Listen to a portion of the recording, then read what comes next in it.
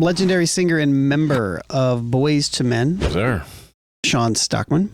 Supposed to pull from the OGs and then just take what they did and move it up. Yeah, try to make it better. The problem with music is that these kids refuse the connection.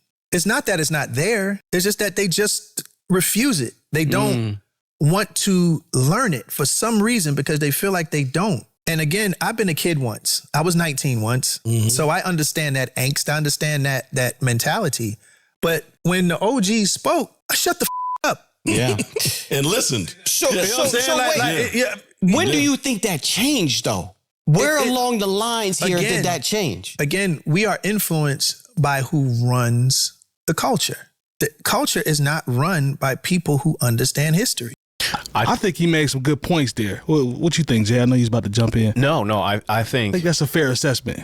you know, because the thing is, especially when groups like Boys to Men, because I'll reference who just spoke, when they were signed basically by Michael Bivins through Gerald Busby.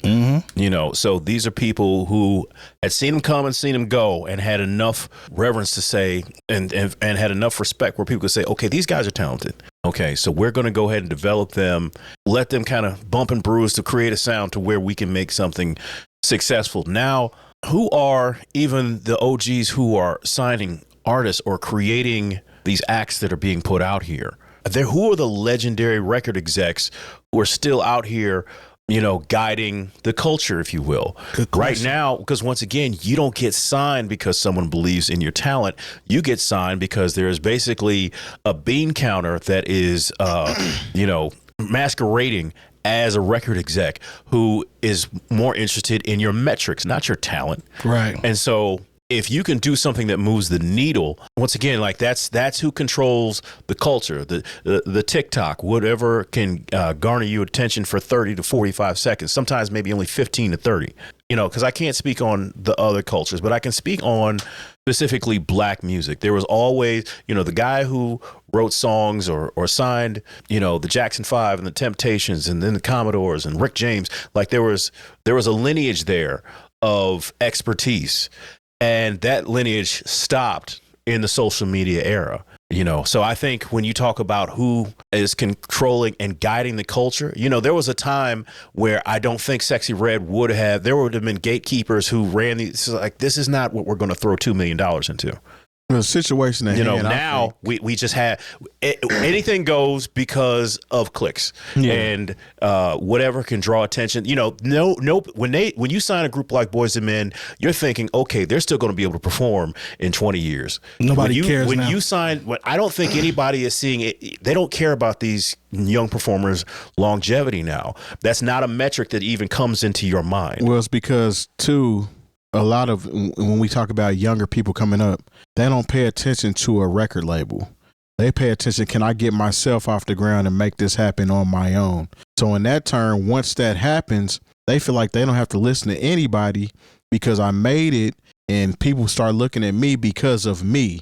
So I could care less what you have to say, which is the wrong thing to do because I can take advice from him who's been in the game and can teach me how to mold my situation to fit in the game for longevity versus for just this moment. And a lot of it boils down to people actually taking initiative to be an OG. And what I mean by that is people even before they get into the business. So if they never had anybody in their lives or a situation to where anybody helped mold them and put them on, then they don't have respect for the OGs or the older generation, so to speak. And you can see that's evident. Like you can go outside and see kids, younger people just talking any old kind of way to their elders. There's a lack of respect in situation. Calling everybody bro. Exactly. It's just not right altogether. And then when you put it in music terms, whatever genre that may be, people aren't trying to get those record deals the same way. Like back in the day, in order for you to get on, you had to have a record deal. You don't have to have that record deal anymore. So it's not as important for me to prepare myself to get on this record deal, and then they're going to mold me and make this artist out of me. People are literally getting on first, and then people come knocking out the door and got the contracts for you. And I can decide I just want to be by myself, and I'll pretty much hire me a team that'll help me be a better artist or whatnot. But I don't need any of y'all. So I think that's kind of where the big head or the I don't need anybody comes from in today's day and time. Do you think that it starts? You think that's like the root of it?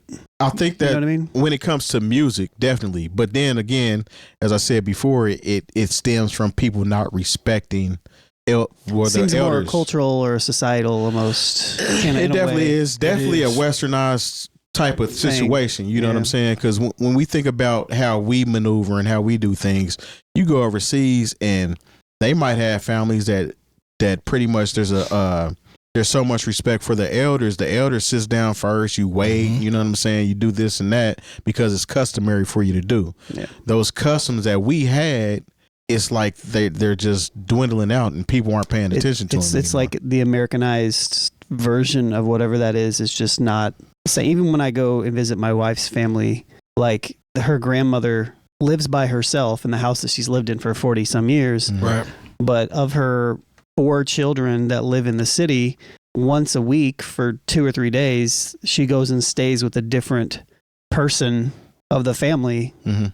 So she's traveling and seeing her, her sons essentially throughout the month constantly and staying with them. And I don't know that it seems like, I don't know. It's customary for them. I don't know if it's just like my particular perspective as being like, I'm sure you guys have a different, family perspective than I do. You know what I mean? And I don't know if it's white or black or like, I don't know because I can only speak from my point of view here, but my family wasn't really like that. You know, like we were sure it was like we cared about our grandparents and stuff, but we put our grandparents in like homes. Yeah. You know what I mean? Like people do that. And don't get me wrong. Like people do that across all societies. Yeah. That part. But not as much like in other areas. Like it's pretty typical and normal in different countries for the elders to live in the family with the younger family. Absolutely, like it's the thing. It's not like you get to an age and you just kind of ship them out. But that is definitely a thing here, at least from my perspective. Like my family and people, related to me, like that was just the order of things. Yeah. So do you guys think? I think that's all tied in, I guess. 100%. That's you guys are spot on with the comparison. But if you bring it back from a music standpoint, Jay made a good point about the concept of the OG. I guess I'm looking at it from a responsibility standpoint, or who weighs more, because on one hand you say the people, quote unquote, that are running it are unplugged, they're detached from the culture, it's a numbers game, it's this and that. But on the other hand, you made a very good point where you said what OGs are actually doing their part to start that, grow talent and do that part. I think they move those people out of the buildings. Yeah. They move those people. They're because not alone anymore. What you mentioned when you talked about the OGs or the lack thereof, that's glaring. I hadn't even thought about it, because there are no OGs that you see, or at least that I'm not seeing on a major scale, that are doing that. Once again, we don't have record company music people these are all multinational conglomerates, and you bring in people who are about the numbers. You don't do it's not about the feeling. It's not like, those guys can sing. Let's go ahead and what 4-part harmony, let's put them in bow ties and tennis shoes and make that happen. Come on. You don't have people who have that creative mindset in these buildings. And, especially when we talk about younger people, and I try not to be old man yelling at cloud, but I think a lot of the difference is, I can speak for myself, but I think everyone here is similar. When you got in your parents' car, you didn't play your music. No. But they drove you, they might have let you, turn it to a station, and maybe there was some mutual interest there because, of course, this is at a time when all urban stations, if you want to listen to the urban station, it was pretty much geared towards adult. And so like I got in the car with my mom and my dad, and if we went on a road trip, we listened to the mixtapes my dad made. That's what he wanted to listen to. Also now kids don't do that because everybody's got their fancy headphones.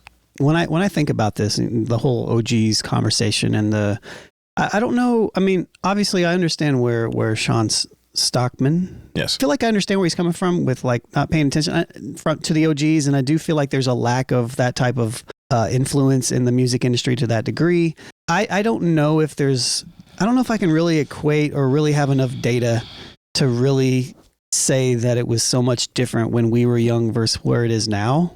the focus is like when you don't have something changing constantly, like you can go outside and you can like get your shoes dirty. I feel like it's different now because like there's so much information populating all the time. And I don't know if it's like this ADHD generation of sorts to where like it just got lost in the shuffle or something. That's a good point. When I look at this, I think of, you guys were talking about the big business models anyways. The big business models, the fact that there were OGs in the music industry in general is kind of like an oxymoron in a way, because the bottom line is the only thing that anybody ever really cared about anyways. So it's like there was a quality control situation to where if you pretty much, in order to get in those doors, you had to be good. And then you had to create good product to be part of this label. I would say that you had to be able to sell. And I feel like it was more aligned to our tastes at that time of what was good as opposed to now and what sells. Because now what sells is just virality.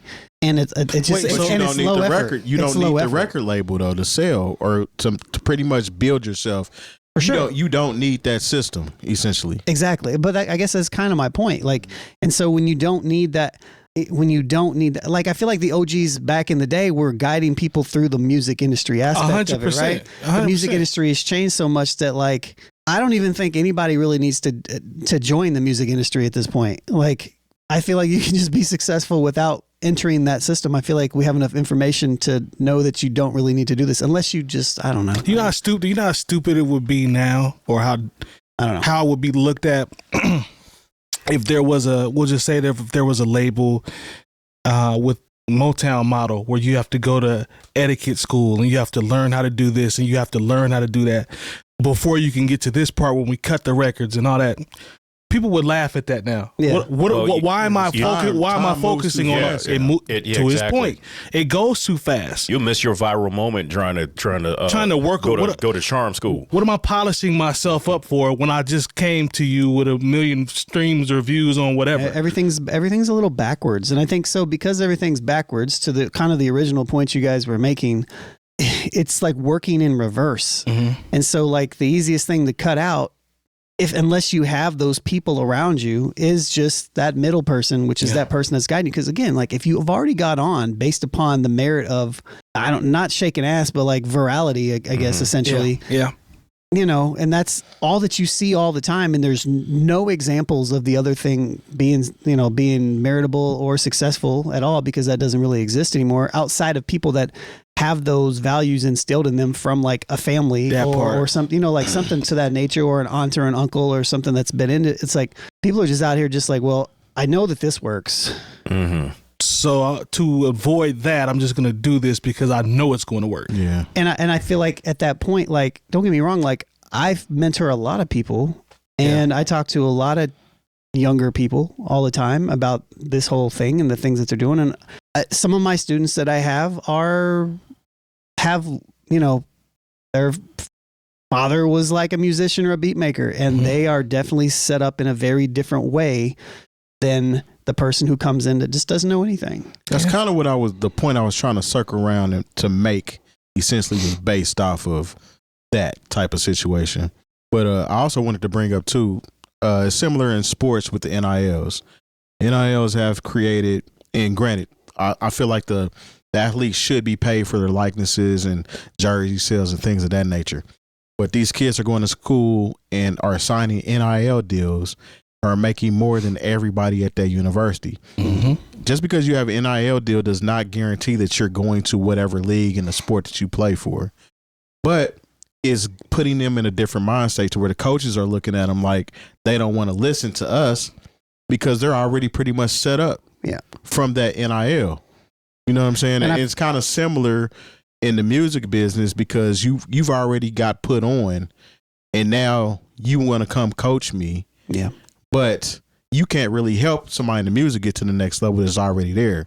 Sports is obviously different, but there's some similarities. I honestly think you can. I just don't think that most people take not that in the same way. Not in the same way that you could back in the day, as far as because there was a set of steps that you had to go through, right? Yeah. Like I still think that people that would take the NIL deal and also took the advice from somebody that was mentoring them or whatever, I think they're going to do way better in the long run. Yeah, absolutely. You know what I mean? Yeah. I don't think that's even a question. But this always goes back to me again. Like I tend to look at this from a societal standpoint. Yeah. And even when we talk about NIL deals, which is, it's great for the student, because if the student's not making the money from it, who makes the money? Exactly. The university. And that's what makes it make sense. And then it's like, okay, yes, in this world that we live in where everything is rooted around money and capitalism. There it is. But then when the student signs with Nike, that has nothing to do with the university. Yeah. So he said, I'm going to school, I'm being coached, I'm making more than everybody at this school off my NIL. But it's all based around money, though. It's all based. It's all based around like, okay, this is good for me,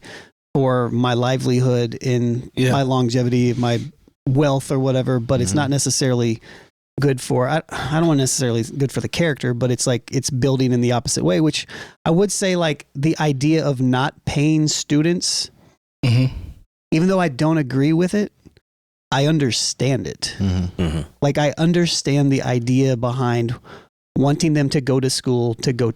Yeah. But at the same time, if that's the case, then again, there's the cap. It's like you can't avoid it. It's exploitation. Yep. It's what it is. Like if you're going to do that and you're going to sell jerseys, then the students should be involved. They should make money off of it. Well, so to me, it all goes down to that almost every single time. So this is where you can really, see a parallel with the music industry and, the athletes in the NIL situation, is because the thing is with NIL, you got to remember the university is not paying these kids. It's deals that they're able to broker with, boosters. just different companies. With a might be a restaurant or a car dealership, or it might alumni. be, or it might be a That's it. I mean, that's where the things are starting to get a little crazy, because it's like, where is that money coming from? Like, but at the same time, whatever, you know what I'm saying? As long as they get, I'm rather than get that money from them instead of no money from the university. But when you think about how these record contracts are set up, it's almost set up for like, we'll make you famous. Your record won't generate any actual money for you, but if you're famous, you can go out and make sure you get into a concert deal. Now you got to sign a concert deal that's predatory at this point. If you know anything about how what is it? Rock Nation? No, I'm sorry, it's Jay-Z. Live Nation. But you realize that now they're setting up these concert and stadium deals that are just as predatory as record contracts. But okay, say you're still able to get a little money there. Well, go out and get yourself a Happy Meal, or get yourself a Super Bowl commercial. Like, so if you do that, it'll keep you happy that we're keeping you famous, so you don't come to us bothering us about no money. So, I mean, I do see a parallel there, because a lot of times these record companies are not paying artists the same way these schools are not paying athletes. Go out, you can go out and find the money. We'll give you the platform. Go out and find the money, but don't bother us about it. But the difference in that situation is, even as an artist, I can still elect not to go through your record company altogether. This is true. If your music or talent or your image is that big, I don't have to deal with the record label at all. I can literally find the people, pretty much cut out the middleman altogether, find the people that handle those situations. That's what they should just do. Go there. That's what I'm what saying? they should do. Versus going to the record label and signing that. And it probably has a lot to do with why Drake wants out of his deal. He's using his whole UMG thing because he knows he's the machine now. He knows he doesn't need it. But hey, now we're here. Yeah. So to say all that, I don't know I don't know what the solution is for younger artists and younger people to have more learned people around them in that type of manner, except for the people that are in that position to do more and try to put themselves in those positions to influence and to be help in those types of ways. Like, I don't know if there is a solution to it. I don't think there is. Because everything is pulling, because if you just let it flow naturally, it's just going to flow towards exploitation. So it's going to take, I don't know, man. I don't know. And there's also the situation where the OGs aren't being OGs as far as teaching. Yeah. And then the youngsters not, you know what I'm saying, paying attention or even wanting to do it because they feel like they're doing it on their own anyway. Yeah. So, well, I think the consensus is there really is no formula for this. Yeah, there is. And capitalism. Do not have the answers. I do. I've told you, man. I tell you every week.